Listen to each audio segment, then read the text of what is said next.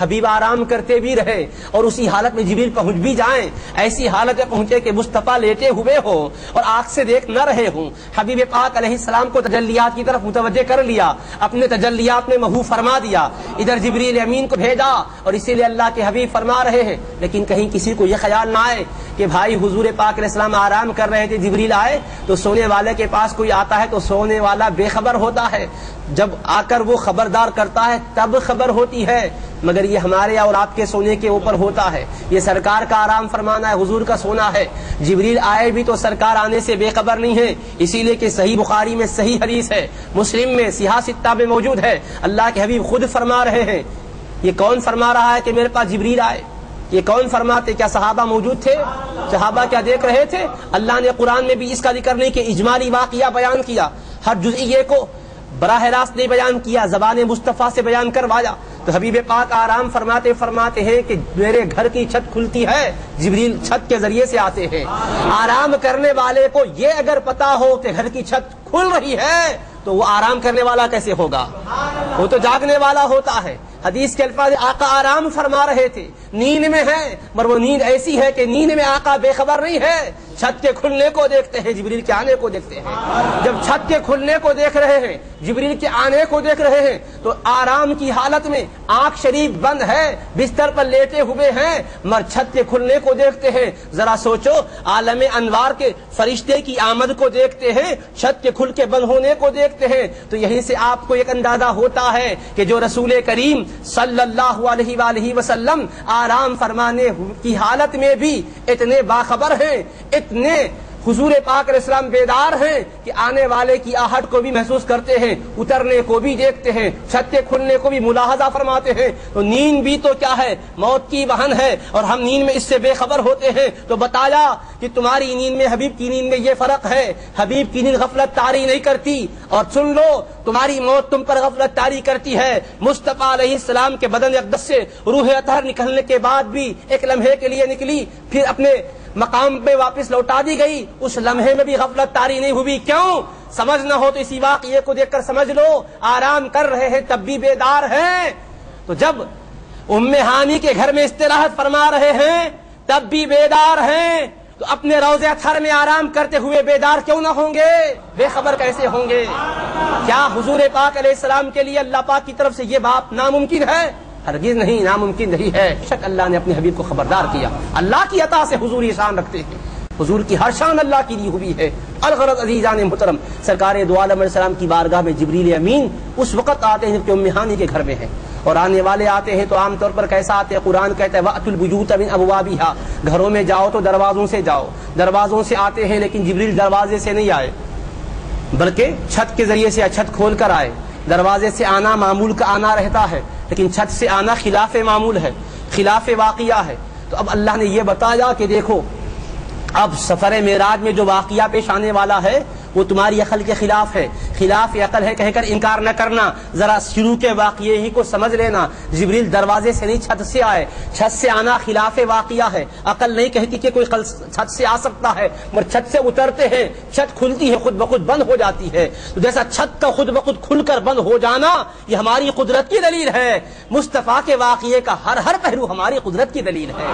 یہ جیسا ناممکن تھا ہم نے ممکن کر دیا، واقعے کے ہر تمہارے ناممکنات کو ہم نے ممکن بنایا ہے۔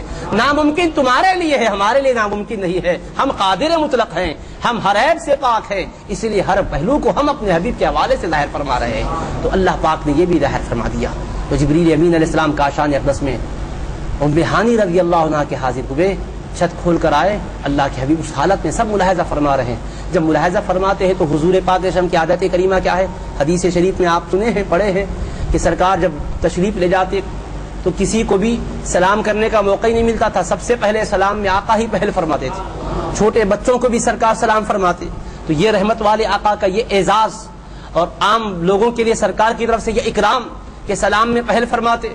اللہ کے پیارے حبیب پاک اعظم ہر خیر کے معاملے میں پیش قدمی فرماتے، تو سرکار خود فرما رہے، میں آرام فرما رہا تھا، ام ہانی کے گھر چھت کھولی گئی، جبریل چھت کے ذریعے سے آئے۔ تو یا رحمت للعالمین، آپ کی عادت کریمہ یہ ہے کہ کوئی آتا تو آپ اس کے لیے اہتمام فرماتے۔ یہاں تو سید الملائکہ آئے ہیں، آپ خود فرما رہے ہیں کہ میں دیکھ رہا ہوں کہ جبریل اتر کر آ رہے ہیں، تو آقا لیٹنے کے بجائے آپ بیٹھ بھی سکتے تھے سرکار، جبریل کی آمد پر آپ تشریف فرما ہو سکتے تھے، کیونکہ سرکار دو عالم علیہ السلام اپنے غلاموں کو بھی عزت دیتے ہیں، صحابہ کرام کے لیے بھی سرکار نے اکرام کا حکم دیا ہے۔ چنانچہ صحیح بخاری میں حدیث سعد رضی اللہ تعالیٰ عنہ جب آ رہے تھے تو ان کی قوم کے لوگوں سے آپ نے فرمایا قوموا الی سیدکم، اپنے سردار کے لیے تم کھڑے ہو جاؤ۔ تو حضور پاک علیہ السلام نے لوگوں کے لیے تکریم کا معاملہ کیا ہے۔ یہ تو سرکار کے خادم ہیں، لیکن سرکار اپنے خادموں کی بھی عزت افزائی فرماتے، تو تقاضا اس سنت کریمہ کا یہ ہوتا کہ آقا بیدار ہو کر بیٹھ جاتے، مگر بیدار ہو کر نہیں بیٹھے۔ کیوں؟ اس لیے کہ رب نے چاہا کہ حبیب آرام کرتے ہی رہے تاکہ قدمین کو چومنے کا اعزاز جبریل کو ملے اور دنیا کو پتا چلے کہ کیسے شان والے یہ قدم ہے، کیسے شان والے قدم، جب ایسے شان والے ہیں قدم والے کیسی شان والے ہوں گے۔ اور یہ واقعہ معارج النبوت کے اندر موجود ہے، جبریل علیہ السلام کا طلبہ اقدس کو چومنا۔ تو یہ بھی حکمت ہے کہ سرکار اپنے سے تشریف فرمانی ہوئے ویسے استراحت فرماتے رہے۔ رب نے ڈالا کہ حبیب تھوڑا لیٹے رہے، موقع دے دیں جبریل کو۔ جبریل جب قدمین اطہرین کو چومے تو حبیب آنکھ کھولتے ہیں، تب جبریل پیغام پہنچاتے ہیں کہ یا رسول اللہ، اللہ تبارک و تعالیٰ نے مجھے آپ کے پاس بھیجا ہے اور یہ پیغام ہے رب تعالیٰ آج آپ کی شان بلند کرنے والا ہے، آج آپ کو وہ مقامات بلند عالیہ پر فائز کرنے والا ہے کہ جہاں تک کسی کا گمان بھی نہیں کیا، خیال بھی نہیں کیا، اور اپنے دیدار خاص سے آپ کو مالا مال فرمانے والا ہے۔ اب وہ عرض کرتے ہیں کہ اللہ پاک نے آپ کو یاد فرمایا۔ پھر اس کے بعد ام ہانی رضی اللہ عنہا کے مکان سے پھر حتیم کعبہ میں چاہے زمزم کے پاس اللہ کے حبیب پاک قسم تشریف لاتے ہیں ان کے ساتھ۔ پھر اس کے بعد حضور نبی کریم علیہ السلام فرماتے ہیں کہ جبریل نے مجھے یہ کیا کہ وہاں سے ایک سونے کا تشت ایمان و حکمت سے لبریز لائے ہوئے تھے، میرے سینے کو چاک کیا، میرے قلب اطہر کو نکالا، آب زمزم شریف سے اس کو دھویا، اور جو تشت اللہ کی بارگاہ سے انوار و تجلیات سے لبریز لایا گیا تھا اس مقدس تخت کو میرے قلب میں انڈیل دیا گیا۔ اور جبریل امین علیہ السلام اس وقت، یہ تو بخاری میں مسلم میں حدیث مبارک ہے، اور علامہ ابن حجر اسقلانی نے فتح الباری میں لکھا ہے، جبریل امین علیہ السلام دل مبارک کو دھوتے ہوئے کہنے لگے قلب سدید، کیا شان والا دل ہے، کیا عظمت والا دل ہے، کیا صحیح اور صالب اور پاکیزہ دل ہے۔ پھر کیا فرمایا فیہ عینان تبصران، ارے اس دل میں دیکھو اللہ نے دو آنکھیں پیدا کی ہے جو دیکھنے والی ہے، وہ اذنان تسمعان، اور دونوں آنکھ اللہ نے دونوں کان رکھے ہیں جو سننے والے ہیں۔ تو آپ دیکھیں جبریل امین کہتے قلب سدید، کیا شان والا دل ہے، کیا پاکیزگی والا دل ہے۔ تو اس سے جبریل نے یہ میسج دے دیا کہ جبریل اللہ کے حکم پر زمزم شریف سے قلب مطہر کو دھوئے تو یہ نہ سمجھنا کہ دھونے میں اس کی تطہیر مقصود ہے، نہیں، زمزم کی عظمت و فضیلت کو بڑھانا مقصود ہے۔ زمزم کو ایک شان تو مل گئی تھی، ایک اور شان ملتی ہے، قلب مقدس سے مس ہونے کا اعزاز مل جاتا ہے۔ ورنہ قلب کیا ہے؟ قلب سدید، یہ بڑی شان والا دل ہے۔ رب نے سداد والا دل بنایا ہے، درستگی والا دل بنایا ہے، اور کیسا بنایا؟ فیہ عینان تبصران، دیکھنے والی دو آنکھ رکھی ہے، وہ اذنان تسمعان، سننے والے کان رکھے ہیں۔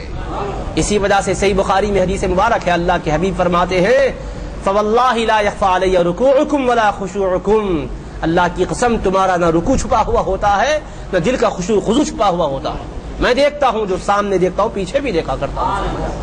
تو حضرت جبریل نے تعریف کی، فتح الباری میں ابن حجر اسقلانی رحمۃ اللہ نے روایت کو کوٹ کیا ہے، تو دل کی تعریف کی۔ تو سرور کونین علیہ السلام نے فرمایا کہ سینے کو چاک کیا، دل مبارک کو نکالا، اس کو زمزم شریف کے پانی سے دھویا، پھر وہاں سے جو انوار و تجلیات کا تشت لائے تھے علم ایمان و حکمت سے، معارف سے لبریز، اس تخت کو جو اللہ کی بارگاہ کا عظیم تحفہ اور عطیہ ہے سینے اقدس میں اڑیل دیا گیا۔ تو آپ مجھے بتائیے کہ اس واقعے کے ذریعے سے ہمیں کیا پیغام دیا جا رہا ہے؟ سرکار دو عالم السلام خود فرما رہے ہیں، یہ بھی قرآن میں اللہ نے نہیں بیان فرمایا، اللہ کے حبیب کے حوالے کی تو حبیب نے اس کو ذکر فرمایا کہ میں جبریل کو دیکھا کہ انہوں نے مجھے لٹایا اور سینے کو چاک کیا۔ تو آپ دیکھیے آج اوپن ہارٹ سرجری ہوتی ہے اور دنیا ساری کی ساری اس حقیقت سے واقف ہے کہ انسان کا دل مرکز حیات ہے۔ اگر دل کو بغیر کسی آرڈنری دل کے کوئی رابطے کے اس کو الگ کر دیا جاتا ہے تو انسان ایک لمحے کے لیے بھی جی نہیں سکتا۔ یہ حقیقت ہے، یہ طے شدہ بات ہے، اس میں دو رائے نہیں ہیں۔ اور پھر اللہ کے پیارے حبیب کیا فرما رہے ہیں کہ میرا دل نکالا جا رہا ہے، دل کو علیحدہ کر دیا گیا، دل کو علیحدہ کر دیا گیا۔ اور یہ نہیں ہے کہ کوئی دوسرا رابطہ وہاں کام کر رہا تھا، کوئی اور کوئی کنیکشن تھا، یا عارضی کوئی دل رکھا گیا ہے، ایسا کوئی ٹیمپرری دل لگایا گیا، اس کا کوئی تذکرہ نہیں ہے۔ تو ایک دل کو باہر کرنے کے بعد اور کوئی عارضی وہاں دل بھی نہ ہو، کوئی اور رابطے نہ ہو، کوئی اور اس کے ساتھ تعلقات نہ ہو، کوئی دوسرا ذریعہ نہ ہو پھر کیسے انسان جی سکتا ہے؟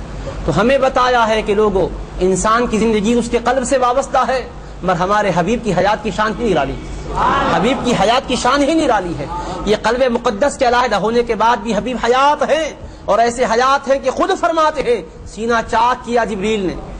اب اوپن ہارٹ سرجری جس کی ہو رہی ہے اسے اتنا ہوش بھی ہوتا ہے کہ سینے کے چاک کیے جانے کو دیکھتا ہے، دل کے نکالے جانے کو دیکھتا، سارے ہوش و حواس قائم و باقی رہتے ہیں۔ آپ دیکھیں، فرمایا اے دنیا والو اس سے سمجھ لو میرے حبیب کی حیات کے پہلو کو، روح مطہر کے بدن سے وقتیہ طور پر علیحدہ ہونے کے بعد بھی حبیب ایسے ہی زندہ ہیں جیسا کہ وقتیہ طور پر دل مبارک کے باہر نکلنے کے بعد زندہ۔ تو جب یہ ممکن ہے تو یہ کیوں نہیں ممکن ہے؟ یہ بھی قدرت کی دلیل ہے، وہ بھی ہماری قدرت کی دلیل ہے۔ تو حیات النبی کے مسئلے کو بھی واضح کر دیا معراج شریف کے ذریعے سے کہ ہمارے حبیب پاک علیہ السلام کی شان تو دیکھو۔ تو قلب اطہر کو نکالنے کا بھی تذکرہ حضور فرما رہے ہیں، اور سارے ہونے والے ایک ایک جزیے کا ذکر فرماتے ہیں۔ جبریل آ کر صحابہ سے نہیں فرمایا کہ میں وہ تشت لایا تھا سونے کا، حکمت اور ایمان سے لبریز تھا، معارف الہیہ سے وہ لبریز تھا، نہیں فرمایا۔ یہ سب وہی حبیب پاک فرما رہے ہیں، حالانکہ وہ حبیب پاک علیہ السلام کا قلب اطہر علیحدہ ہوتا ہے، مگر وہ ایسا قلب ہے کہ بدن سے علیحدہ ہونے کے بعد بھی تعلق قائم ہے، کیونکہ اللہ پاک نے حبیب پاک کی ہر شان نرالی بتائی ہے۔ تو یہ سرکار دو عالم اسلام کے معراج پاک کے واقعات کے سلسلے میں چند ابتدائی پہلو آپ کے سامنے رکھے گئے۔ انشاءاللہ بقیہ باتیں آپ آئندہ سنیں گے۔ اللہ کی بارگاہ میں دست بدعا ہوں کہ پروردگار عالم ہمیں حضور نبی کریم صلی اللہ تعالی علیہ وآلہ وسلم کی شان و عظمت کو سمجھنے والا اور آپ کی پاکیزہ شریعت پر عمل کرنے والا بنائے، دنیا اور آخرت کی سعادت ہمارا مقدر فرمائے۔ وصلی اللہ تعالی علی خیر خلقہ وآلہ وصحبہ اجمعین، الحمد للہ۔